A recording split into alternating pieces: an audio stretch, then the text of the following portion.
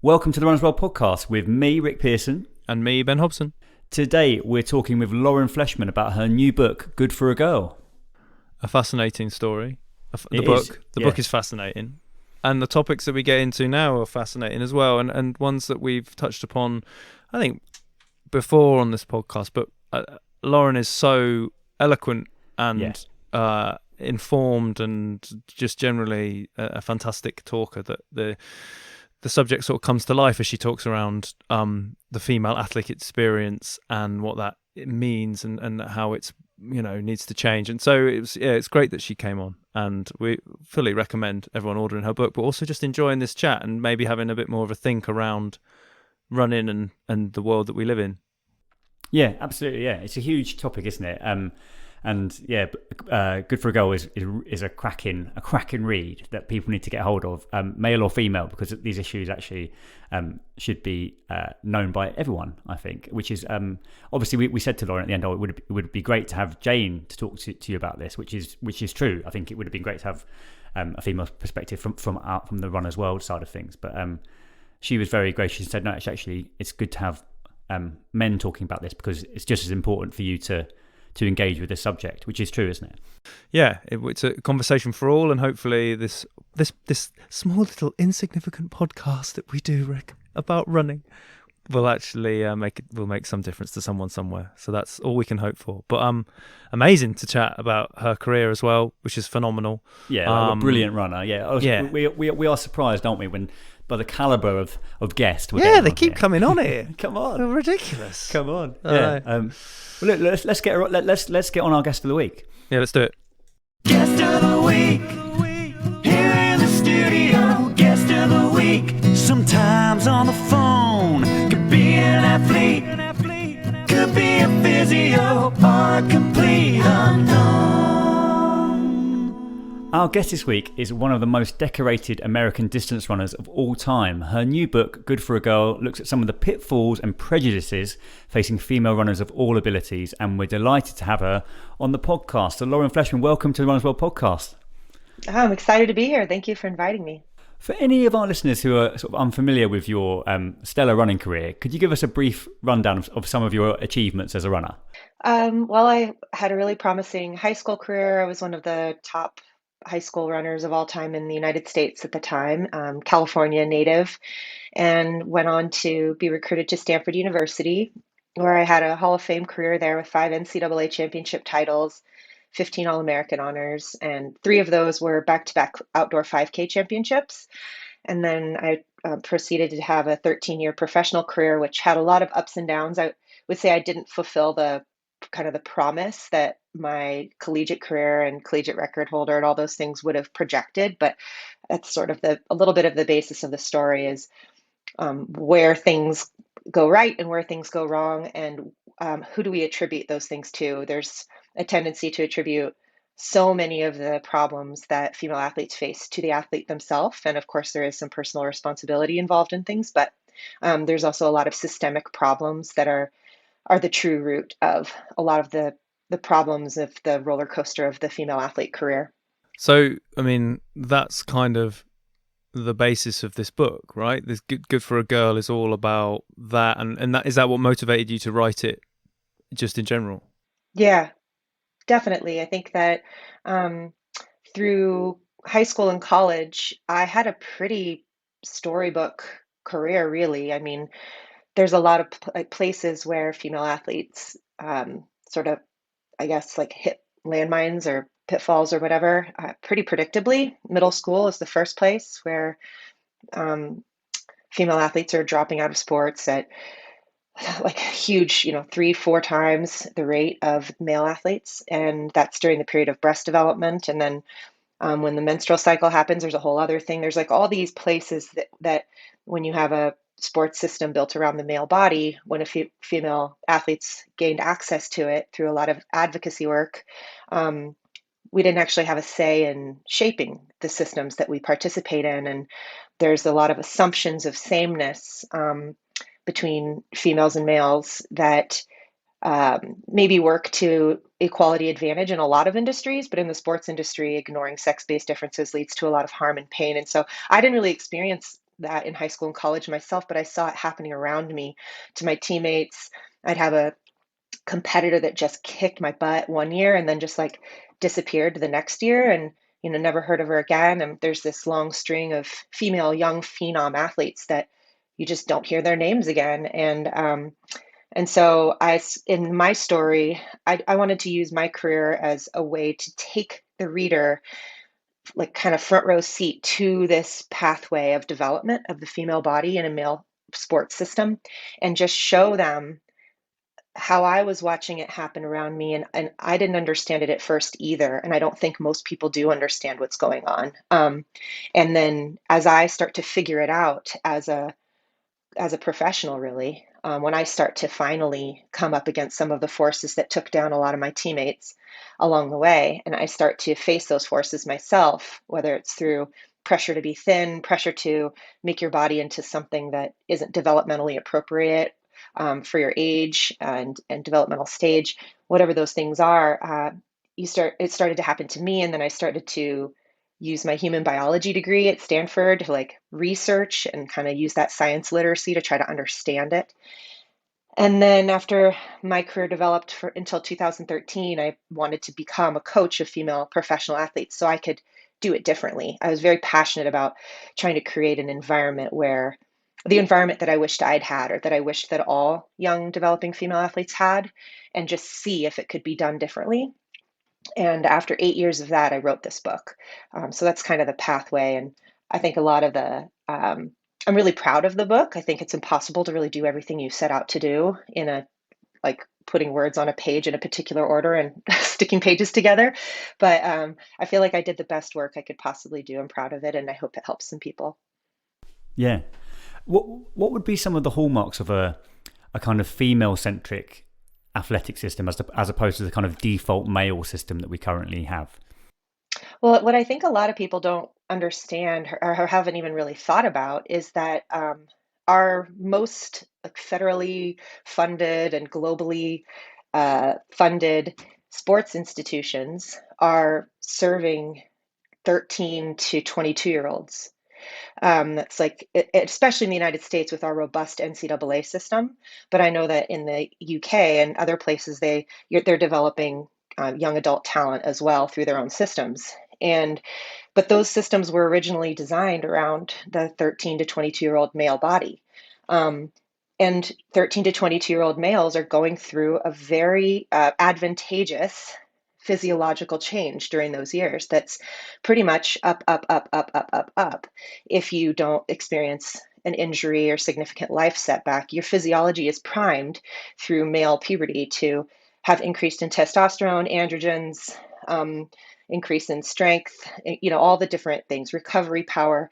And from about age 12 and a half to 20, there is a distinct difference between how males progress. Like there's like between 12-year-old girls and boys, there's really no sex-based differences in performance.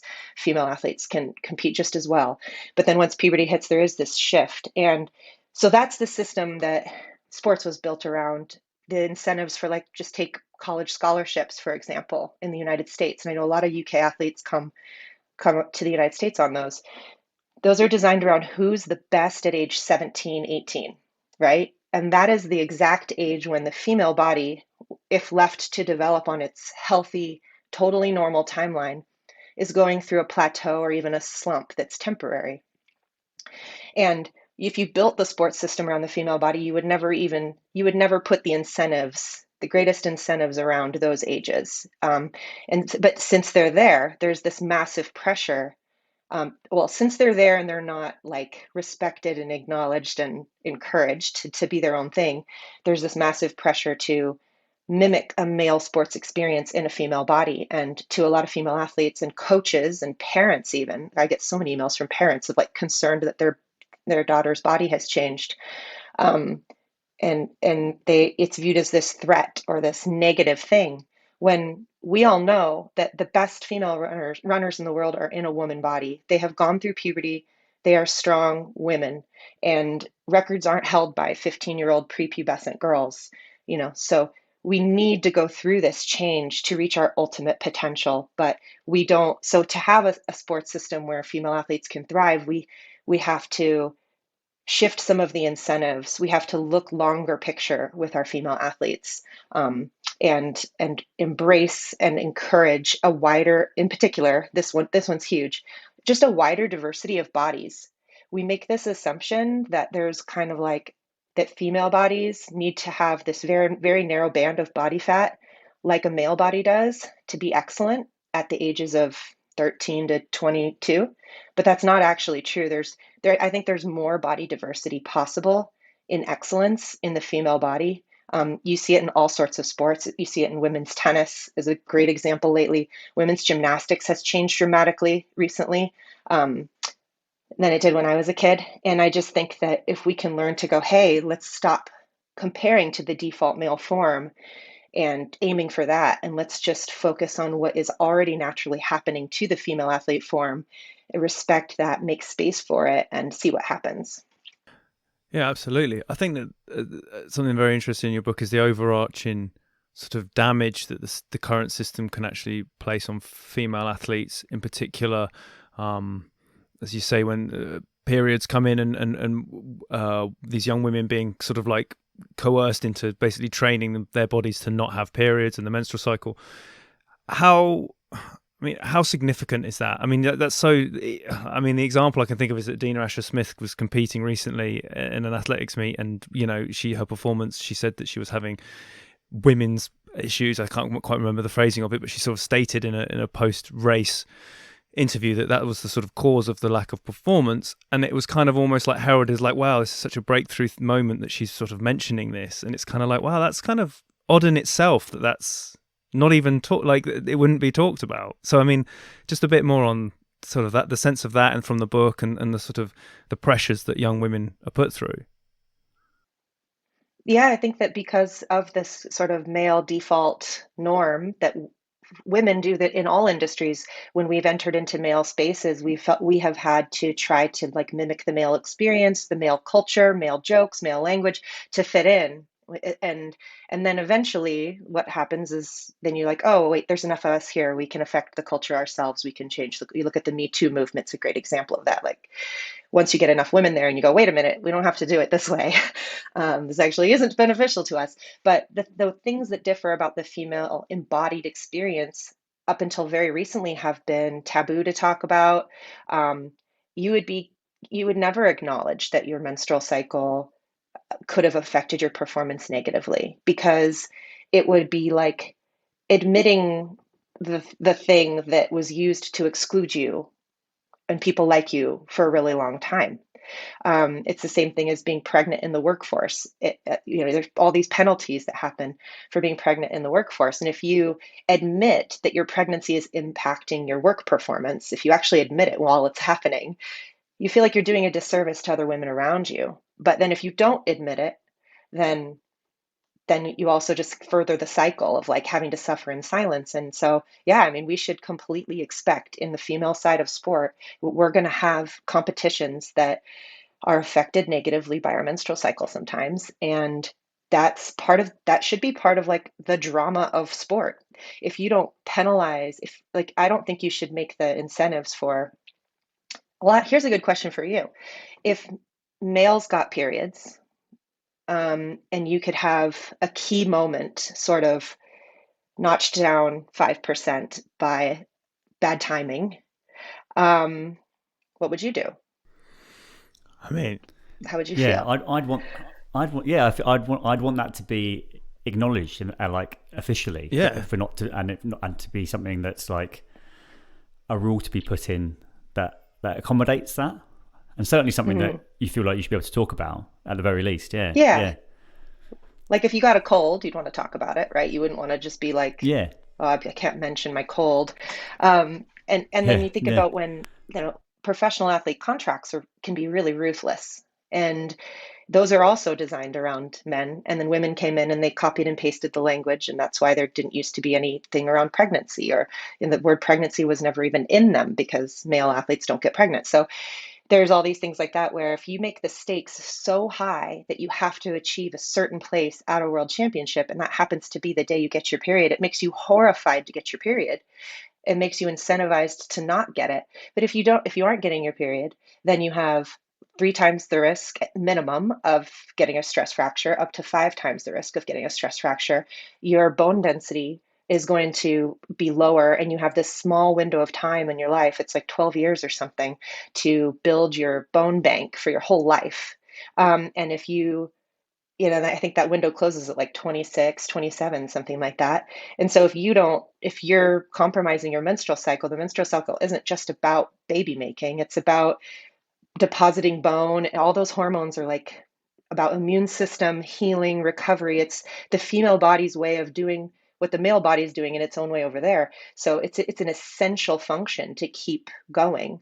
But sometimes in order to keep that going, the negative of that is you're going to have some unpredictability in your performance occasionally. Not every female athlete is affected the same. Some women have no problem with their period and performance. So that's the other thing, is it's individualized. So I'm glad people are talking about it. We need to keep talking about it, and we need to like normalize it, especially for the younger athletes.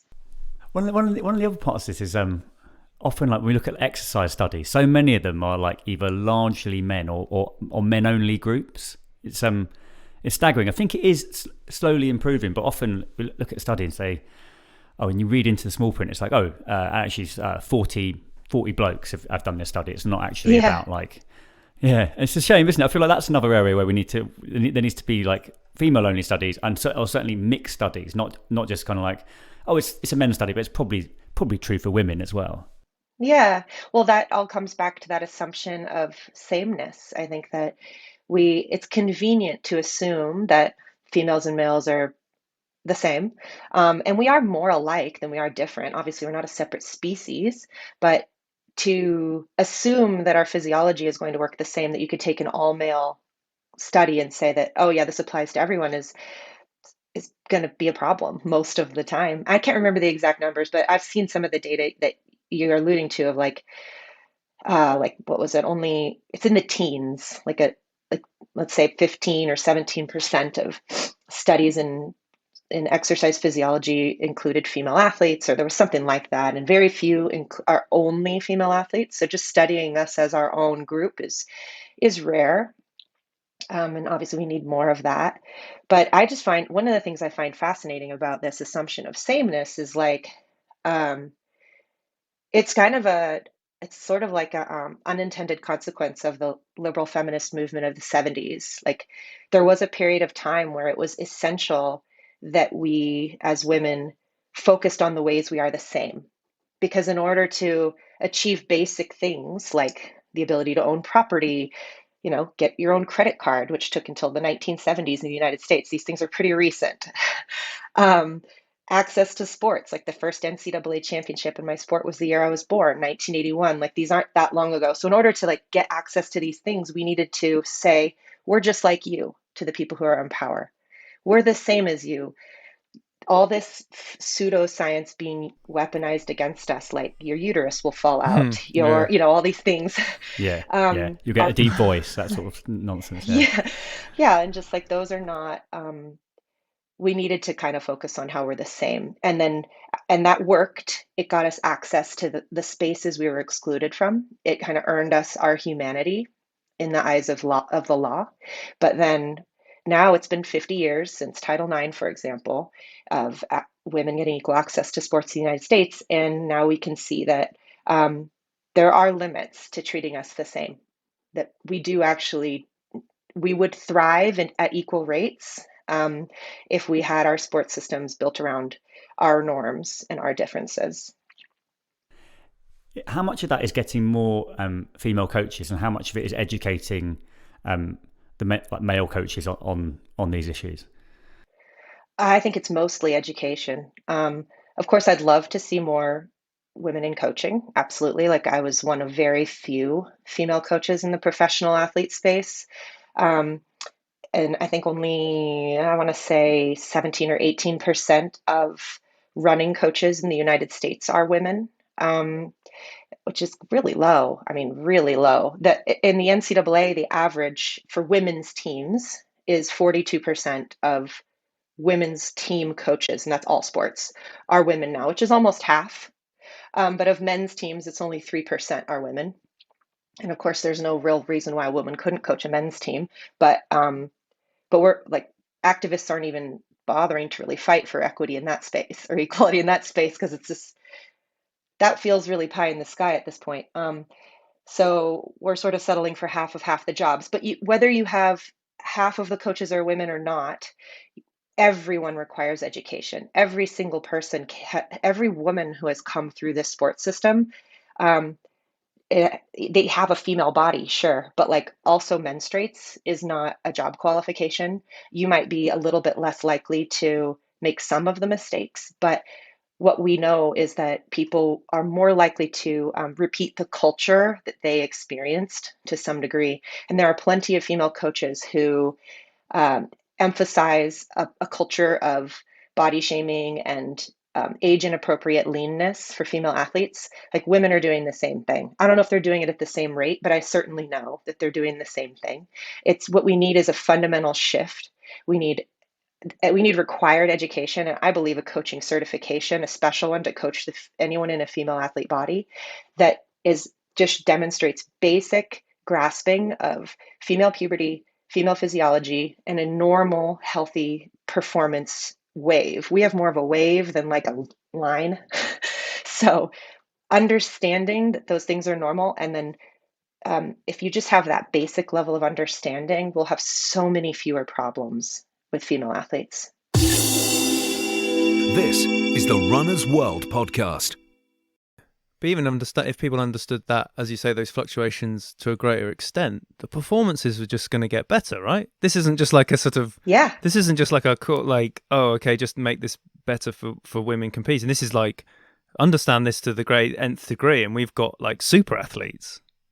Absolutely, they'll be exceptional. You just think about any athlete, male or female, the worst thing for your career is to miss time. It's inconsistency, right?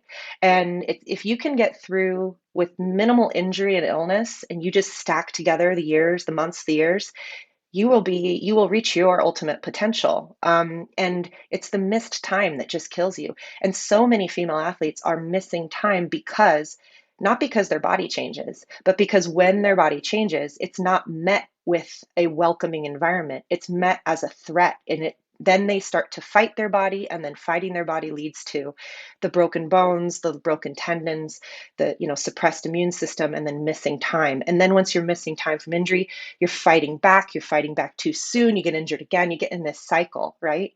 So you just think about all the lost talent. I mean, I'm only one example, right? But that's one of the reasons why I wanted to tell it in a memoir form, is that to have had so much success in high school and college, and then once I started to view my body as wrong, wrong for the job, I actually compared myself to a profile on Paula Radcliffe on the World Athletics website, and I saw height and weight listed, and I was like, well, we're the same height. We're both of English descent, and we're both blonde. And she weighs 10 pounds less than me, so I should lose 10 pounds, right? Because she's one of the best in the world. And you look at that, and that's such a normal thing to do. And yet that was totally inappropriate for me. And it turned out, when I talked to her years later, that she never even weighed that. Right. It was just on the website. Right. And because of that shift in my mind that my body was wrong, I ended up having, 4 stress fractures. The years that I remained healthy, I was a national champion twice. I was 7th at the World Championships. So like, when I put it together, I was still that talented, hardworking, athlete that showed so much promise, but I lost so much time I never found out how good I was. And I'm over it now. I'm 41. I don't really care. Like, there's so many more things in life, but it truly is painful when you're trying so hard and dedicating your life to your dreams, when you're being sidelined by completely avoidable things, preventable things. And I think, like, why this matters to people outside of sport, like, I think that if you read my book as a non-athlete, and this is what I've learned so far from people who are not athletes, especially women who have read my book, there is this thing you can identify with if you're going through life feeling like the body you're in is wrong, and the joy that it steals from you. It's really like the space it takes up in your mind. It's like this static that interferes with hearing the music of life. Um, the times that I was really like hard on myself about what I looked like, which huge percentages of the female population are. I can't speak for men, but um, you are you are dampening your capacity. What you can achieve, how big you can love, all these things are impacted by how you feel in your, how you are embodied in yourself. And so I think that there is a larger story here of any system that is causing a group of people to feel wrong in their body needs to be changed.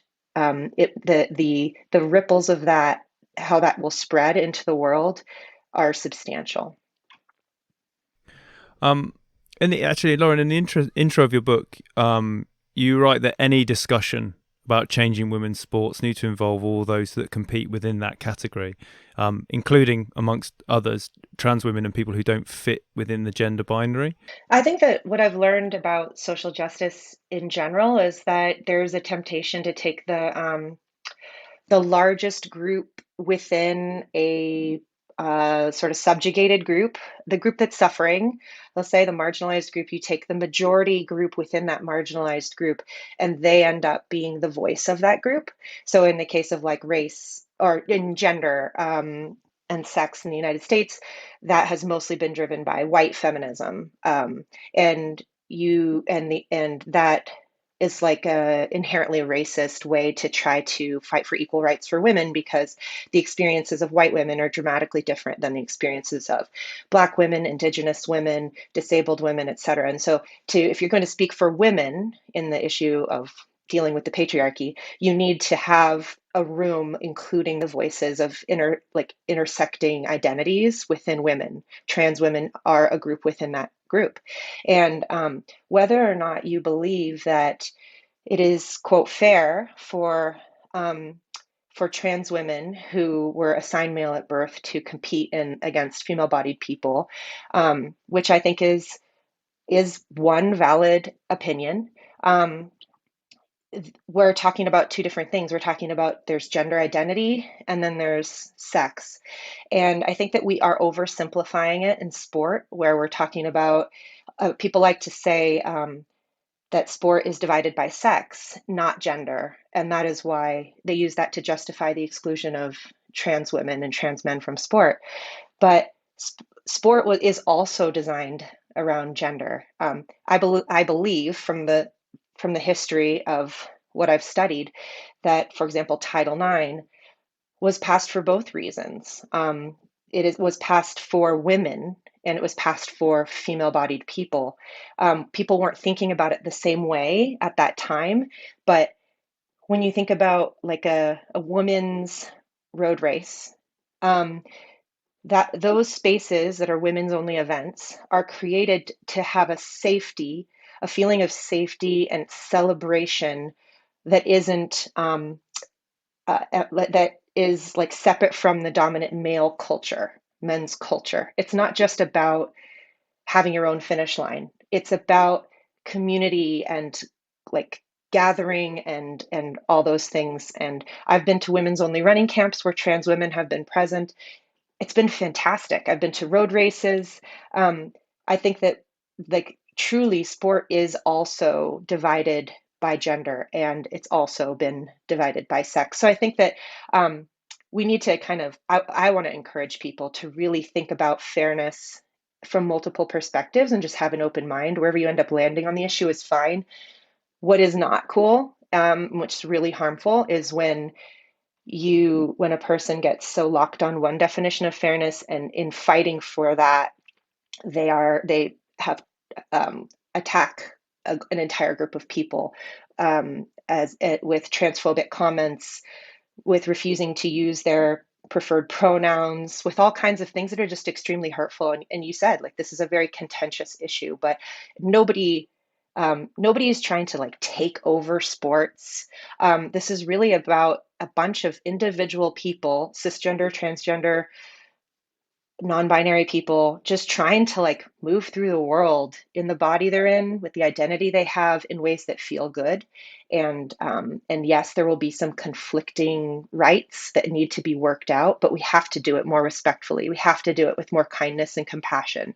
And so that's why I believe, like, when we're talking about the future of women's sports, we need trans women at that table. We need non-binary people at that table, disabled women, women of color. We need the whole group if we're going to be having a conversation about the future of sport. We can't be making decisions for subgroups without their voice. And whatever decisions end up being made, of course, when you get any group of people together, not everyone is going to get every single thing that they ideally want. There are compromises that have to be made, but they should be at the table. Everyone needs to be at the table. Absolutely.